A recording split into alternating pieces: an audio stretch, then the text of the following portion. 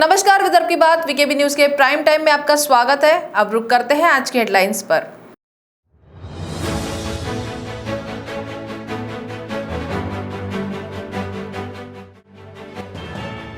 Nagpur metro के 0 mile freedom park metro station का मुख्यमंत्री उद्धव ठाकरे द्वारा हुआ उद्घाटन।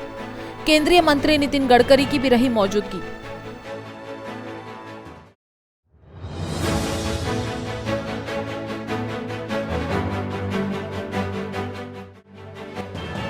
दिसंबर 2022 तक पूर्ण होगा नागपुर से मुंबई तक के समृद्धि महामार्ग का निर्माण कार्य। नगर विकास मंत्री एकनाथ शिंदे ने लिया समृद्धि महामार्ग का जायजा।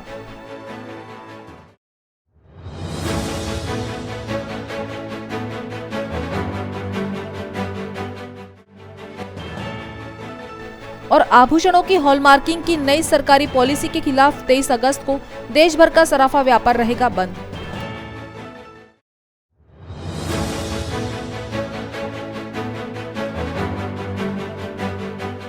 और अब खबरें विस्तार से।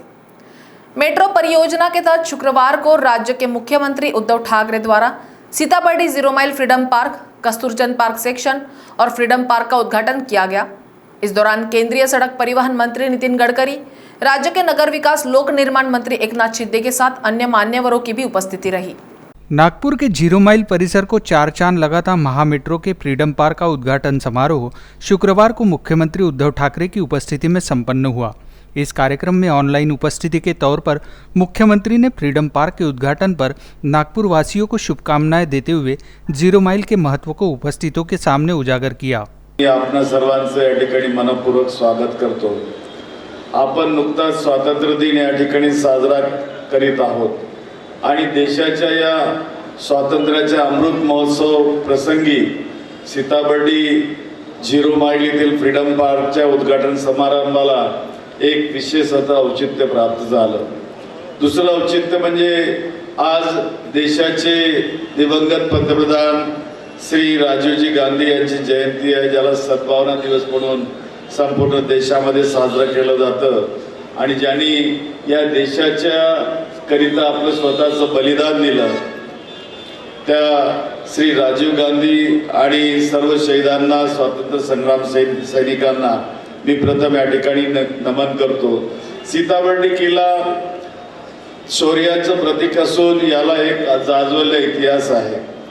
फ्रीडम पार्कच्या निमित्तानं शहीदांची व देदीप्यमान इतिहासाची गाथा नेहमीच आपल्याला प्रेरणा देत राहील याबद्दल माझ्या मनात मुळीच शंका नाही आणि हे फ्रीडम पार्क हे नागपूरचे आगामी आकर्षण ठरेल असा मला विश्वास आहे। निश्चितच आपले नागपूरचे खासदार आणि केंद्रीय मंत्री श्री नितिन गडकरीजी यांच्या मार्गदर्शनाखाली देवेंद्र फडणवीस यांच्या सरकारच्या काळामध्ये महामेट्रोने एक चांगली वाटचाल या ठिकाणी केली आणि त्याचाच परिपाठ म्हणजे आज या ठिकाणी 0 माइलवर हा समारंभ या ठिकाणी होतो आहे। वहीं इस कार्यक्रम में केंद्रीय मंत्री व नागपुर के सांसद नितिन गडकरी ने भी फ्रीडम पार्क के उद्घाटन पर खुशी जताते हुए नागपुर के विकास कार्यों की जानकारी दी। और बड़े प्रोजेक्ट है जिसके बारे में मेरी एकनाथ शिंदे जी ने अभी मेरे से बात की।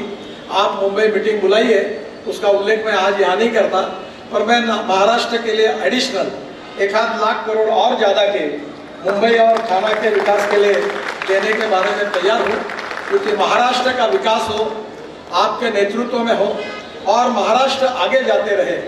ये हम सबको दिल्ली में मंत्री होने के सभी लोगों को इसलिए लगता है कि हम भी मराठी है, महाराष्ट्रीयन है और महाराष्ट्र मराठी संस्कृति, इतिहास और विशेष रूप से महाराष्ट्र की विशेषता जो है वो हमारी प्रेरणा है और इसलिए पूरे देश में तो काम करते ही है, पर महाराष्ट्र के साथ जो लगाव है वो बहुत घर जैसा है और आपके नेतृत्व में भी महाराष्ट्र बदल रहा है।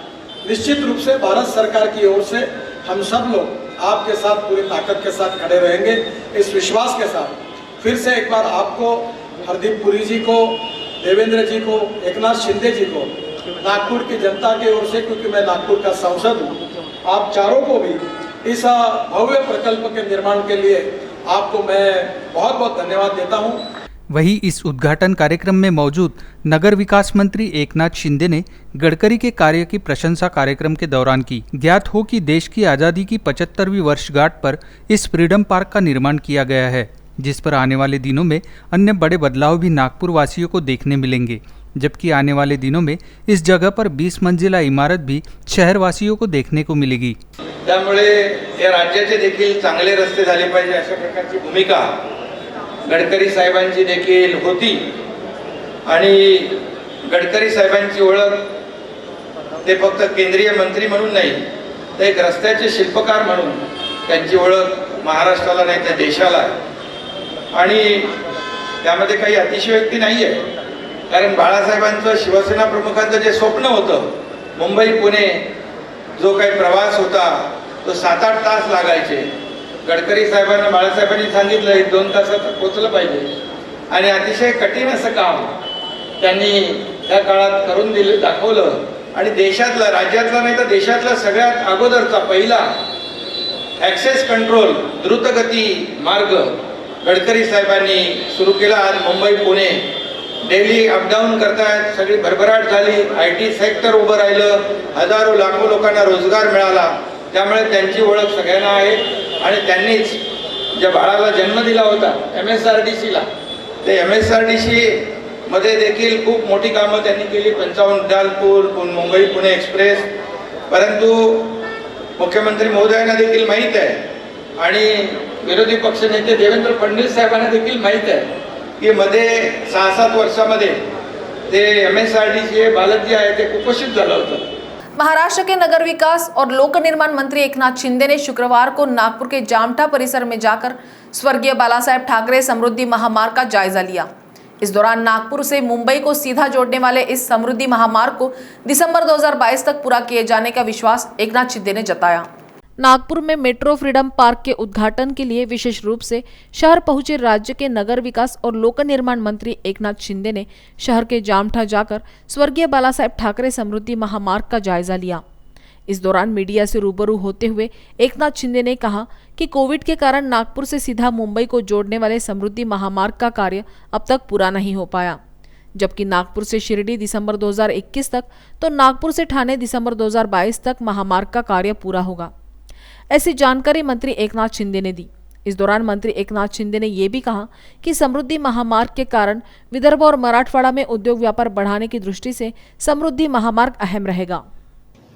ये जो शिरडी तक है, नागपुर से शिरडी तक, ये दिसंबर 2021 में शुरू होगा और ये पूरा थाने तक जो है वो दिसंबर 22 तक पूरा शुरू हो जाएगा। हो चालू होईल ना ते आता आपल्या डिसेंबरपर्यंत हा पॅच जो आहे हा कंप्लीट आपण करू आणि इथून शिर्डीपर्यंत नक्की अपन हा रस्ता ओपन करू। परसेंटेज 80% से ऊपर बना है और निश्चित रूप से उसको हम लोग पूरा करेंगे दिसंबर तक। नहीं, वहाँ पर जो 22 जो नोड बना रहे हैं उसमें लैंड पुलिंग मॉडल है वो, और वो भी उसका भी काम कई जगह पर लोग खुद आकर इसमें सहभागी हो रहे हैं और वो नोड भी उसका भी काम शुरू हो जाए। नहीं, इसके अभी 3-4 जगह पर जो है यहाँ पर शुरुआत हुई है और ये पूरी तरह 22 नहीं 20 जगह पे हम कर रहे हैं। और ये समृद्धि जो एग्रीकल्चर रिलेटेड जो है वहाँ की परिस्थिति के अनुसार ये सब काम होगा। बल्कि खाली सिर्फ ये रोड नहीं बना रहे हम लोग, ये रोड जो है 700 किलोमीटर का ये जो दूरी है जो 15 घंटे की है, 15 घंटे की दूरी है, ये शुरू हो गया है। 15 घंटे की दूरी लगभग 6 से 7 घंटे पे आएगी। और ये मुंबई नागपुर जो है ये हमारे मुंबई के साथ JNPT के साथ जुड़ जाएगा, ताकि यहाँ की जो इंडस्ट्री है, जो अभी हम लोग औरंगाबाद तक, संभाजी नगर तक आते हैं, लेकिन अभी हमारी कोशिश है कि विदर्भ, मराठवाड़ा, उत्तर महाराष्ट्र और कोंकण ये सभी को जुड़ जाएगा। हॉलमार्क की नई प्रक्रिया के कारण समूचे देश भर के सराफा व्यापारी 23 अगस्त को एक दिन की हड़ताल करने वाले हैं, जिसके तहत पूरे देश भर में 23 अगस्त को सराफा कारोबार बंद रहेगा, जिसकी जानकारी सोना चांदी ओल कमेटी नागपुर के उपाध्यक्ष पुरुषोत्तम कावड़े ने पत्रकार परिषद के दौरान दी।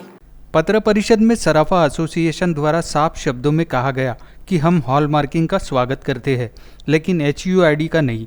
HUID एक विनाशकारी प्रक्रिया है जो वर्तमान अनिवार्य हॉलमार्किंग प्रक्रिया में आभूषणों की कोई सुरक्षा प्रदान नहीं करती है।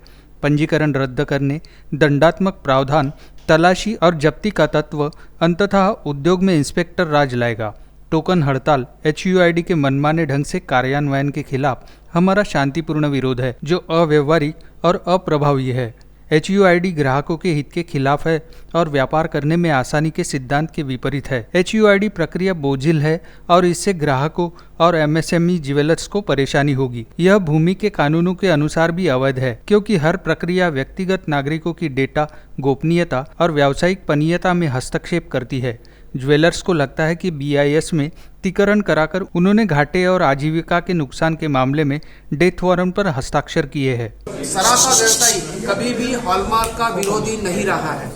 सराफा व्यवसायी ऑलवेज हॉलमार्क के फेवर में रहा है, क्योंकि इसी इस बिजनेस में हर प्रकार की ट्रांसपेरेंसी अपनाई जाती है, क्योंकि सोने के भाव अलग, मेकिंग अलग, GST अलग, हर चीज का आपको बाइफर्केशन मिलता है। परंतु सरकार ने 1 जुलाई 2021 को हॉलमार्क को HUID के साथ जोड़ दिया गया है और HUID विलम्ब कर रहा है हमें डिलीवरी करने में। आज के तारीख में पूरे भारत में 256 डिस्ट्रिक्ट में ही ये मैंडेटरी है, और वो केवल इसलिए मैंडेटरी है क्योंकि बाकी जगह इंफ्रास्ट्रक्चर नहीं है। और इंफ्रास्ट्रक्चर की कमी मतलब करीब 35% ही इंफ्रास्ट्रक्चर है, मतलब 65% इंफ्रास्ट्रक्चर की कमी है। इसके वजह से हम लोग पहले ही रो रहे हैं, और उसके बाद 1 जुलाई को HUID लाके इसकी गति और 90% से कम कर दी गई है। तो जो चीज़ें हम लोग पहले हॉलमार्क करने के लिए 100 चीज़ों को अगर पहले भेजते थे तो 5 घंटे लगते थे, अभी हमें मिनिमम 8 दिन और 15 दिन लगने शुरू हो गए। इस वजह से हमारी पूरी इन्वेंट्री ब्लॉक रहती है। हम लोग हमारा माल रेडी करके हम लोग ग्राहक को बेचने के लिए रख नहीं पा रहे हैं, और आने वाला सीजन जो सामने है इसके वजह से 100% ज्वेलरी की डिमांड काफ़ी ज़्यादा है और सप्लाई बहुत कम है, तो बहुत ज़्यादा शॉर्टेज होने के चांसेस है। नागपुर डिस्ट्रिक्ट में तो करीब 3000 के आसपास ज्वेलर्स है, लेकिन ऑल ओवर द इंडिया अगर मैं बोलूँ तो करीब 1 करोड़ के आसपास ज्वेलर्स है जो इससे अफेक्ट है। और अगर ये कानून को तुरंत रद्द नहीं किया गया HUID को, तो शायद आने वाले दिनों में इस इंडस्ट्री से काफी लोग अपने व्यवसाय को छोड़ के पलायन कर लेंगे। ये सांकेतिक केवल 23 तारीख को ही हमने सांकेतिक तौर पे बंद रखा है, और 1 दिन का ही बंद है। और इसके बाद भी अगर सरकार हमारे तरफ देखती नहीं है और बात नहीं करती और हमारी समस्या को नहीं सुलझाती है, तो निश्चित तौर पे आंदोलन और बड़े पैमाने पे भी प्लान किया जा सकता है। अभी तो ये देशव्यापी शुरू है, और हर एसोसिएशन अपने अपने ऑफिस में, ये अपने अपने दुकानों के सामने 23 तारीख को खड़े होके आंदोलन को मीडिया के सामने और सभी पब्लिक के सामने जरूर अपनी बात रखेंगे। हम आपके माध्यम से केवल ये चाहते हैं कि हम प्योरिटी का विरोध नहीं करते, हम क्वालिटी का विरोध नहीं करते, हम ग्राहक के सर्विस से विरोध नहीं करते, बट जो गलत तरीका कानून जो इम्प्लीमेंट जबरदस्ती किया जा रहा है, जो कि प्रैक्टिकल पॉसिबल नहीं है, उसका विरोध कर रहे हैं। क्योंकि इसमें 1 साल की जेल, 5 लाख जुर्माना, इस टाइप के प्रावधान लाके गुरुवार को मुंबई में स्वर्गीय बाला साहेब ठाकरे की समाधि स्थल पर केंद्रीय मंत्री नारायण राणे ने जाकर दर्शन किए थे, जिसके बाद शिवसेना के कार्यकर्ताओं ने समाधि स्थल अपवित्र होने की बात करते हुए समाधि स्थल को धो दिया। इस विषय पर सवाल करने पर महाराष्ट्र के नेता विपक्ष देवेंद्र फडणवीस ने शिवसेना की विचारधारा पर सवाल खड़े कर दिए हैं। फडणवीस ने कहा कि जिन लोगों ने बाला साहेब के विरोध में कभी षड्यंत्र रचा, वो लोगों के साथ उद्धव ठाकरे बैठते हैं, और जिनकी अपार श्रद्धा बाला साहेब के लिए थी, उनके साथ भेदभाव कर संकुचित मानसिकता अपनाई जा रही है। माझं मत असं आहे की ज्या लोकांनी हे केलं असेल त्यांना बाळासाहेबांची शिवसेना समजलेली नाही। खरं म्हणजे ही अतिशय संकुचित मानसिकता आहे आणि एक प्रकारे बुरसटलेला तालिबानी विचार आहे। अशा प्रकारे वागणं हे योग्य नाहीये, महाराष्ट्राच्या संस्कृतीला शोभणारं नाहीये।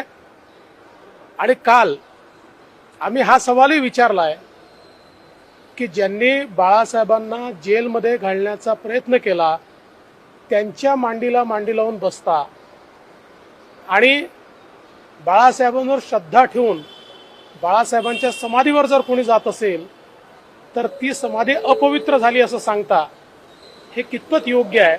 त्यामुळे मला असं वाटतं की ही कृती अतिशय अयोग्य आहे। देखिए, ये बहुत ही संकुचित मनोवृत्ति का परिचायक है। जिस प्रकार से कुछ तथाकथित शिव सैनिकों ने ये काम किया है, मैं ऐसा मानता हूं कि उन्हें शिवसेना समझी नहीं है। एक प्रकार से ये बहुत ही गलत मानसिकता का परिचायक है, दखियानुसी मानसिकता का परिचायक है। और शिवसेना आज ऐसे लोगों के साथ बैठी है जिन लोगों ने शिवसेना प्रमुख हिंदू हृदय सम्राट बाला साहब ठाकरे जी को जेल में डालने का प्रयास किया। उनके साथ आप बैठ सकते हो, लेकिन कोई पुराना शिवसैनिक अगर बाला साहब की समाधि पर दर्शन लेने को जाए तो आपको लगता है वो अपवित्र होती है। ये मेरे हिसाब से बहुत ही गलत है। हो, एकीकडे आज पुण्यामध्ये पडळकरांनी गनिमी कावांना बैलाच्या शर्यती घेतल्या, दुसरीकडे अमोल कोल्हे आणि शिवाजीराव आढळकर यांनी केंद्रावर टीका केलेली आहे की केंद्र सरकारमुळे या सगळ्या शर्यती ज्या त्या बंद झाल्या, त्यामुळे 15 दिवसाचा अल्टिमेटम दिलेला आहे। असं आहे की केंद्राच्या नावाने कावीळ झालेले हे लोक आहेत, याचा केंद्राशी काही संबंध नाहीये। ज्या वेळेस या संदर्भात न्यायालयाने एक निर्णय दिला, आम्ही महाराष्ट्र सरकारमध्ये होतो, आम्ही त्या संदर्भात कायदा तयार केला। त्या कायद्यावर ज्यावेळेस सर्वोच्च न्यायालयाने स्थगिती दिली, त्यावेळेस सर्वोच्च न्यायालयामध्ये रनिंग एबिलिटी ऑफ बुल। भारतीय किसान संघ ने केंद्र सरकार को किसानों की उपज के लिए उत्पादन खर्च पर आधारित लाभ के साथ भाव देने के लिए समर्थन मूल्य घोषित करने और उसी कीमत पर पूरे देश में खरीदी करने के लिए कठोर कानून बनाने की मांग की है। संघ का कहना है कि घोषित मूल्य पर ही सरकारी प्राइवेट खरीदी हो और उससे कम मूल्य पर बिक्री को अपराध माना जाए, तभी किसानों को न्याय मिलेगा। बिना कठोर कानून बनाए ये संभव नहीं होगा। भारतीय किसान संघ ने केंद्र सरकार को किसानों की उपज के लिए उत्पादन खर्च पर आधारित लाभ के साथ भाव देने के लिए समर्थन मूल्य घोषित करने और उसी कीमत पर पूरे देश में खरीदी करने के लिए कठोर कानून बनाने की मांग की है। संघ का कहना है कि घोषित मूल्य पर ही सरकारी प्राइवेट खरीदी हो और उससे कम मूल्य पर बिक्री को अपराध माना जाए, तभी किसानों को न्याय मिलेगा। बिना कठोर कानून बनाए ये संभव नहीं होगा। पत्र परिषद में भारतीय किसान संघ के अखिल भारतीय संगठन मंत्री दिनेश कुलकर्णी ने कहा कि सरकार कानून लेकर आए, अन्यथा भाकिस प्राइवेट बिल के माध्यम से संसद में कानून बनाने की प्रक्रिया आरंभ करेगा। उन्होंने चेतावनी दी कि 31 अगस्त तक केंद्र सरकार इस बाबत सकारात्मक घोषणा करे, अन्यथा 8 सितंबर को देश भर के 525 जिला केंद्रों में एक दिवसीय धरना आंदोलन किया जाएगा। कुलकर्णी ने बताया कि देश में केवल 9-10% किसानों को ही सरकार द्वारा घोषित समर्थन मूल्य उनकी उपज का मिलता है। शेष 90% किसान इससे वंचित रह जाते हैं। सरकार कुछ फसलों का समर्थन मूल्य घोषित कर अपने दायित्व से बच नहीं सकती। ये सब जान चुके हैं कि ये समर्थन मूल्य छलावा है। गरीब किसानों को बाजार के भरोसे छोड़ना गलत है, इसलिए किसान को समर्थन मूल्य नहीं, लागत के आधार पर लाभकारी मूल्य देना होगा। इसी संदर्भ में बीते वर्ष अक्टूबर में कृषि मंत्री से भी चर्चा कर मांग रखी गई थी, लेकिन कोई जवाब नहीं आया है। नागपुर शहर के 5 पौली पुलिस स्टेशन के तहत जिन लोगों के मोबाइल गुम हुए, उन्हें ढूंढकर उनके मालिकों को 5 पौली पुलिस ने लौटाया है। नागपुर शहर के 5 पौली पुलिस स्टेशन के तहत जिन लोगों के मोबाइल गुम हुए, उन्हें ढूंढकर उनके मालिकों को 5 पौली पुलिस ने लौटाया है। गौरतलब है कि मोबाइल फोन हमारे जीवन का अंग बन चुका है। ऐसे में जहां भी जाते हैं तो मोबाइल फोन अपने साथ लोग हमेशा लेकर जाते हैं, लेकिन बाजारों में जाते समय कई बार हमारे फोन चोरी हो जाते हैं या हम उसे कहीं भूल जाते हैं या फिर हमारे लापरवाही से मोबाइल खो जाते हैं। ऐसे 11 मोबाइल फोन 5 पौली पुलिस ने बरामद ही नहीं किए, बल्कि उनके मालिकों को वो पुलिस ने लौटाए भी है। एकूण 11 मिसिंग मोबाईल जे आहेत त्या मी वेगवेगळ्या इसमांकडून गेल्या 2 महिन्याच्या कालावधीत माझ्या DB टीमने अथक परिश्रम घेऊन ते रिकवर केलेले आहेत आणि ते ज्यांच्या नावावर होते, आज त्या नागरिकांना ते त्यांच्या नावावरती परत देण्यात आले। आम्ही हेच सांगू की गॅजेट्स वापरताना तुम्ही जेव्हा इंटरनेटचा वापर करता तेव्हा आपले युजर ID, पासवर्ड्स ह्या ज्या गोष्टी आहेत ते इतरांना देऊ नका, OTP इतरांना देऊ नका। हे तर झालं सोशल मीडियाच्या बाबतीत किंवा बँक फ्रॉडच्या बाबतीत, किंवा आपण जेव्हा मोबाईलही वापरतो तेव्हा आपण गर्दीच्या जागेवरती मार्केट प्लेसेसमध्ये किंवा सिनेमागृहात इत्यादी ठिकाणी आपण जातो तर साधारण आपली सवय असते मोबाईल विसरायची किंवा आपण मागच्या पॉकेटमध्ये ठेवतो, कुठेतरी बसलो चेअरवरती ठेवून देतो. तर थोडंसं आपला मोबाईल म्हणजे एक प्रकारे आपला पर्सनल सगळा डेटाबेस त्याच्यामध्ये असतो. म्हणजे आपलं परिवार, आपलं बँक डिटेल्स, आपल्या ज्या काही पर्सनल गोष्टी असतात एकदम आपल्या पर्सनल फोटोपासनं तर आपल्या बँकेच्या फायनान्शियल डिटेल्सपासनं सगळं मोबाईलमध्ये असतं. म्हणजे आपलं दुसरं जग म्हणजे मोबाईल असतं. तर असं एक महत्त्वाचं गॅजेट मोबाईल हे आपल्या आयुष्यात आहे. तर त्याला आपण वापरताना काळजीपूर्वक वापरलं पाहिजे. काय होतं, मोबाईल मिसिंग झाल्यानंतर त्याचे मिसयुजेस जास्त वाढतात.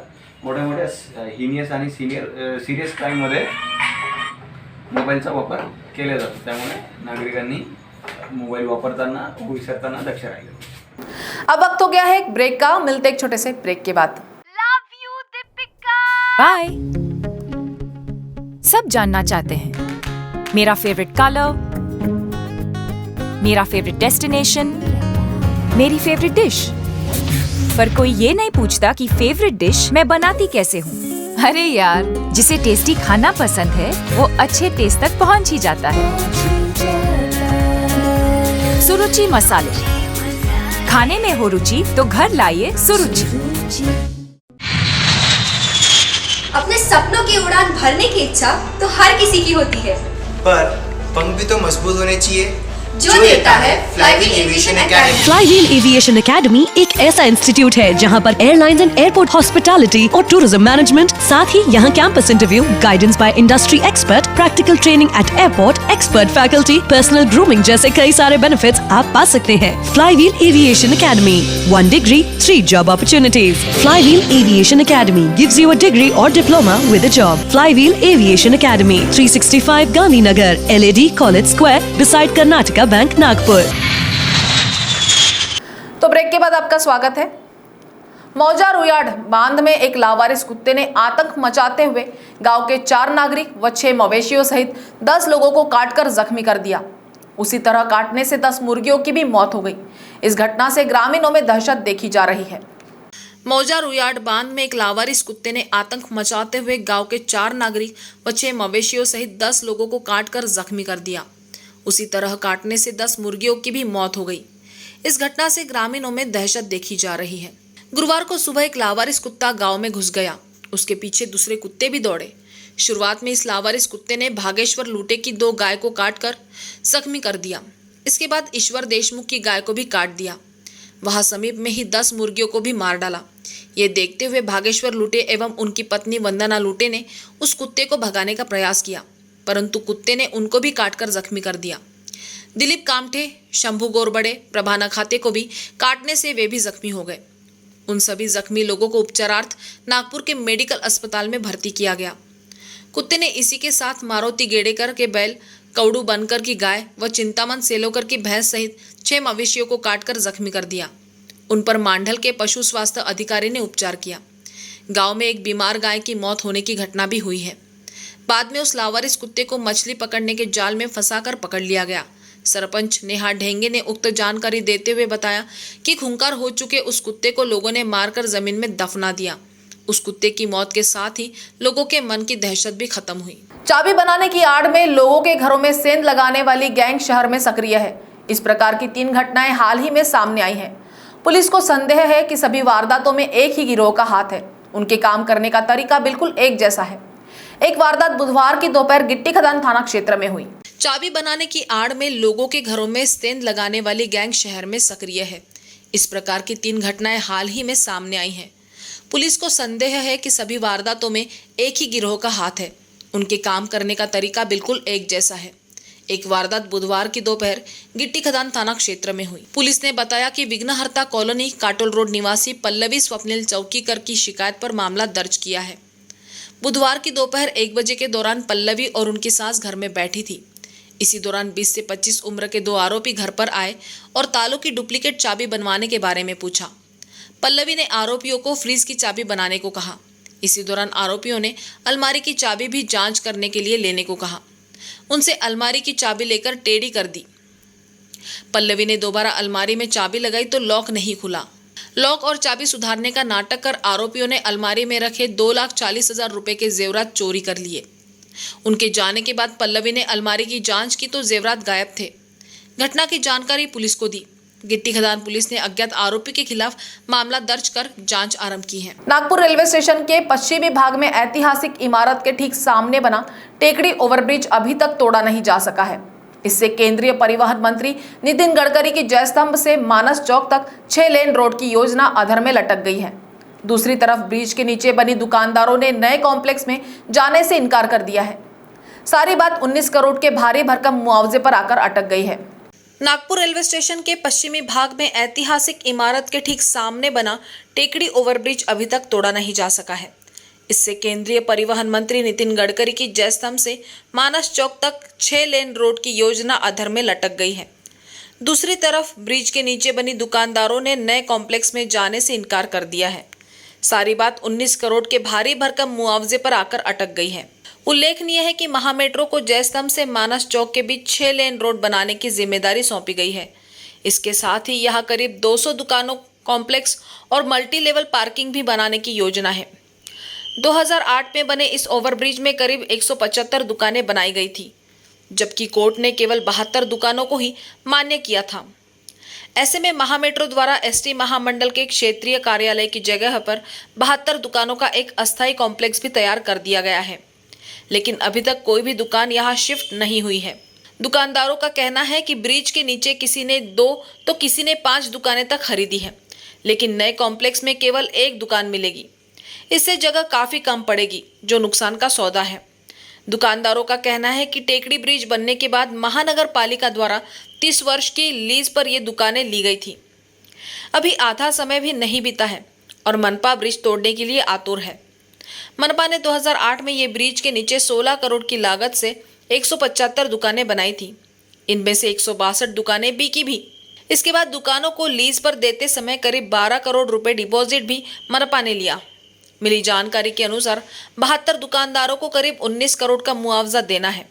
मनपा के खाली खजाने में ये आर्थिक बोझ भारी पड़ने वाला है, लेकिन मुआवजे की देरी योजना को भी लेट लतीफ के दायरे में ला रही है।